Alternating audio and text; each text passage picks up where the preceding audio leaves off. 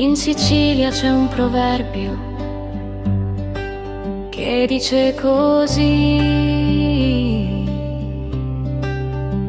buon tempo e malo tempo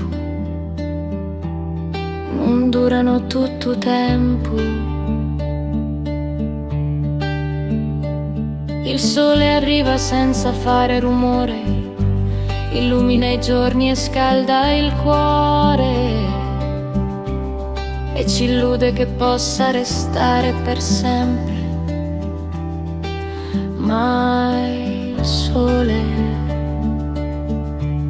in Sicilia, si sa, anche la luce più intensa deve prima o poi piegarsi all'oscurità. E poi arrivano le tempeste, i silenzi lunghi come le notti d'inverno. Sembra eterno quando lo attraversiamo, sembra volerci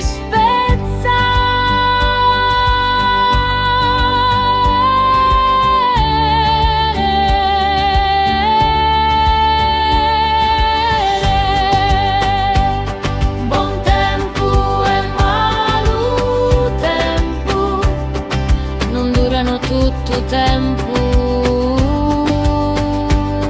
Buon tempo e malo tempo non durano tutto tempo. Questo proverbio ci insegna a non attaccarci troppo alla felicità e a non disperare nell'oscurità, perché nulla resta uguale, perché la vita è un mare che cambia e non fa sempre male.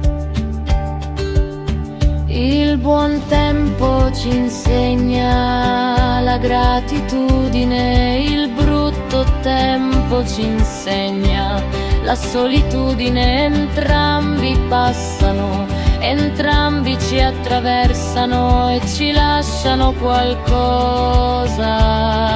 È una lezione di equilibrio, di pazienza, di umiltà, un invito a respirare, a vivere, ad amare, perché alla fine buon tempo e malo tempo